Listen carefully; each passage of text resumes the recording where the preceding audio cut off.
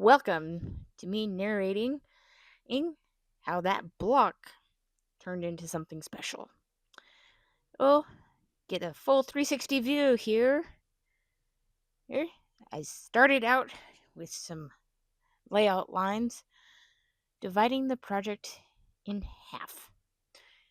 It was interesting to make sure it was actually in half. My friend the ruler there, gotta make sure those lines are where it needs to be. Let's see what else I do here. Now I do that on the face. Doing a full 360 look on the piece here. Make sure all my lines are where I want them. Yeah, I was shy. Did some stuff off camera. Cut the edges off. Now I'm adjusting the speed to start carving the inside lines of this piece. At this point, I still have no idea what I'm making. What's the final project gonna look like. Gotta do the full edge. Darn sawdust in my way.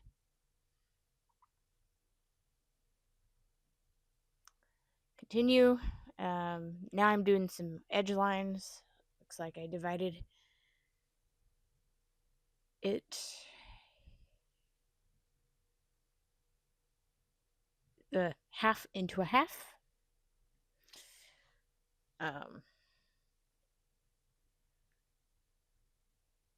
That looks like I'm on end grain, which is difficult to carve. Here's the long grain side.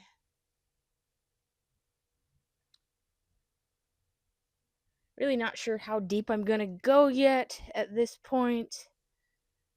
Just having fun creating.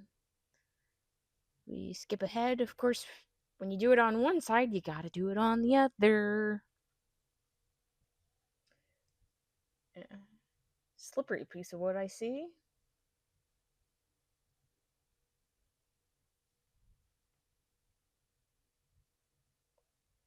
Make sure my lines are clean and straight. There was a lot of stop and observing in this piece. That's what makes wood carving fun. There, making that a little deeper.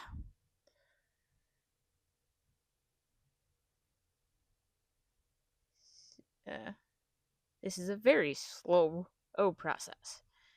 It does take a lot of time, but it's fun seeing how things come together. Working through different oopses, you might see a little extra cut there on one of the pieces. But I believe that just gives character. A little more work off camera. I got the center portion hollowed out to a reasonable depth. I'm back to just cleaning up the edges, making they're squared off, smoothed out, making sure the floor smoothed out to figure out what my next step is gonna be. It's still at this point, I have no idea.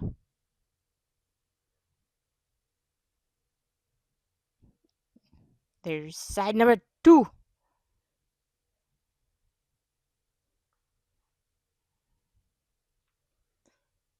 Yeah, might be doing a little cleaning.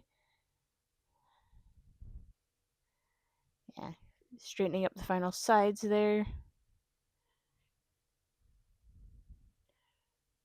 Admiring this phase of the project. It also can help with gaining inspiration for what's the next step. Now I'm setting some offset depth so there's a break in between what's going to be in the center versus the outward border. I gotta clean up that's my oops cut right there. There. It's not a oops, it's character. Cleaning up, making with the sand drum here, it can help see how the product is shaping out, um, things you might want to change, might want to make better, add, and of course it has to be done anyway. Eh? So now I'm cleaning up the edges because who knows how I'm going to change the edges here. Doing my 360 admire.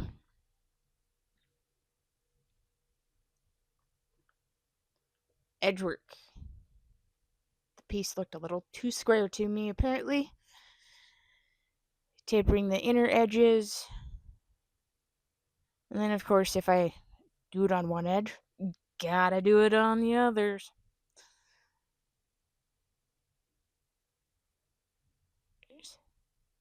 A lot of this was eyeball and estimation for how much, like, where I'm gonna taper down.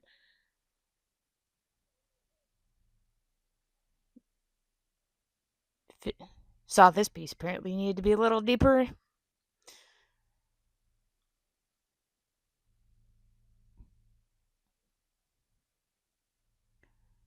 There, yeah, added a depth in line around the center edges, so I give contrast and character between the outer border. And what did I decide to put on the inner? A lot of the slow process is a lot of pondering. I decided what I'm going to put in the center. I have some lines drawn. It's hard to see on camera. Let's see what I draw the reference lines, and then of course I have to decide which am I going to keep the center inside the line, or if I'm going to carve on the outside of the line and then keep the lines and figure out what picture might be or intricate detail might be presented on the center portion here. Angles. Lots and lots of angles.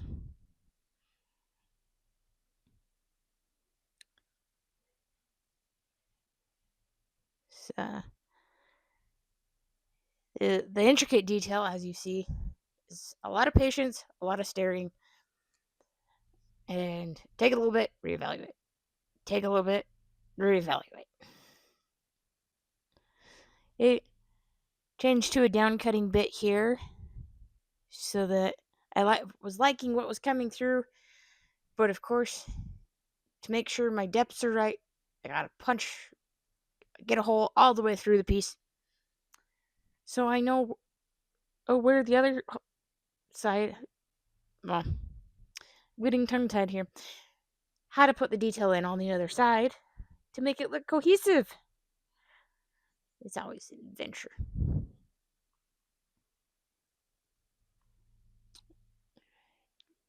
More tiny detail.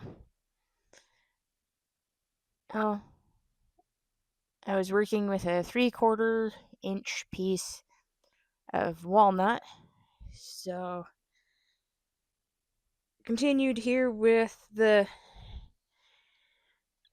different a lot of math. This math was estimated and eyeballed.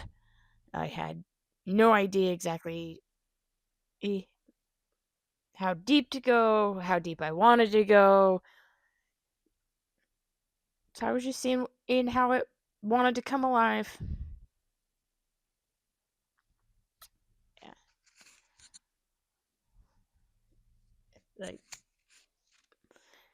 the depth of the wood allowed me to give a lot more contrast and character depth, but it also handicapped me in the way that carving, there was a lot more material that needed to be removed. For this next little section, you'll see me go back and forth from the carbide cutting bit to a diamond bit. I'm switching over to give my initial carving details on the back.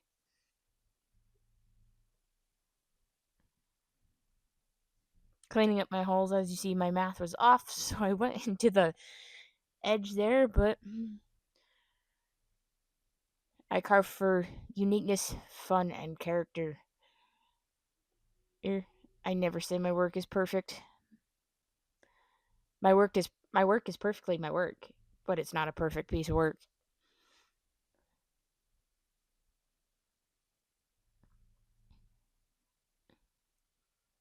I also enjoy like seeing the math that is not the perfectly aligned, perfect piece down to the millimeter. It shows it was handmade and has handmade characteristics. It also was created from the heart and created to have some fun. This was the diamond burr that I was talking about, cleaning up the lines to see, um, getting that intricate weave pattern that I was trying to go for.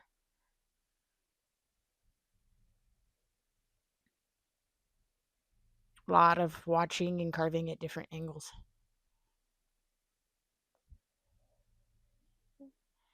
Here, I used took it that piece out, but I used the clip out, but I used a flat T bit, it's called, to cut some lines. Now I'm back to the diamond burr to give some definition to those lines, so you see more intricate pattern.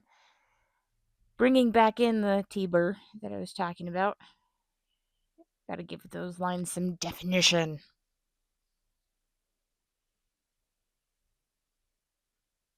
Apparently, I was a little indecisive on how I wanted to cut it. But then again, you have to be pretty patient and make sure you have your tool at the right angle, where it can cause some disaster. Now, I'll switch back to the diamond burr here, cleaning up those lines, doing my observation, making sure I was going down the right way.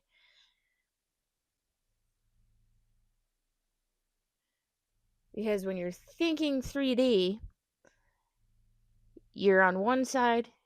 If it's on the top on one side, it's going to be go down and be on the top on the other side, and a lot of 3D geometry math thinking. Yep, was working on some edge work, and guess I decided to change my mind on how I was going to do the edge work. What tool am I going to bring in right now? I see my wrench. I'm getting it. I'm bringing in the sanding disc.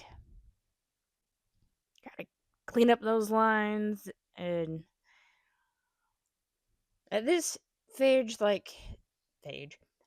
this stage, um, every woodworker, I'm not a perfect. I am all self-taught. Oh, you can't sand, can't this. I'm a believer at certain stages you have to sand because it helps to see how the piece is coming. As you see, it sees where the definition is, where more definition could be helped, different cuts like that.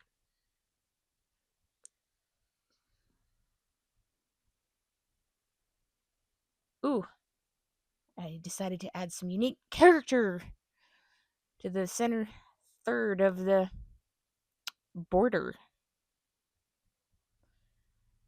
Yeah. Here I went around, cut one angle, went back around, cut it at the other angle.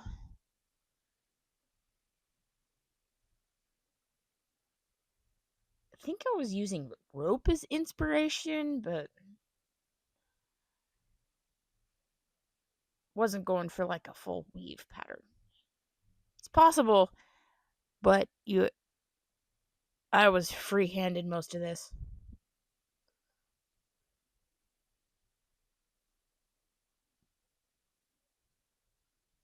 Mm, yeah, back to the diamond. Oh, nope. I am holding the T-burr, wanting to get some depth lines so that the three pieces, it's one block of wood, but it looks like three pieces. Bring back the diamond burr. Nope, I still might have the T-burr. Yeah. Do it on one side, gotta do it on the other.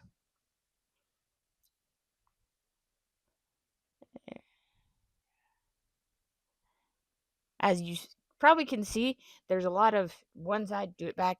There's a lot of repetitive motions of the same carving. I'm cleaning the lines up with the diamond burr here. I love how this is coming out. The character, the different elements. Now, what's my other stage? See? It's the fine tune and sanding. Lots and lots of sanding. Trying to get the intricate angles. This is stage 1. Not sure what grit I used. Usually I start at 80 grit. Stage 2. Lots more sanding. Lots more angles. Majority of these intricate pieces that I make are never perfectly sanded because it's really difficult getting into the tiny holes. And I don't strive for perfection. I strive for character, uniqueness, and fun. Of course, I want my work to be good. Stage 3 sanding.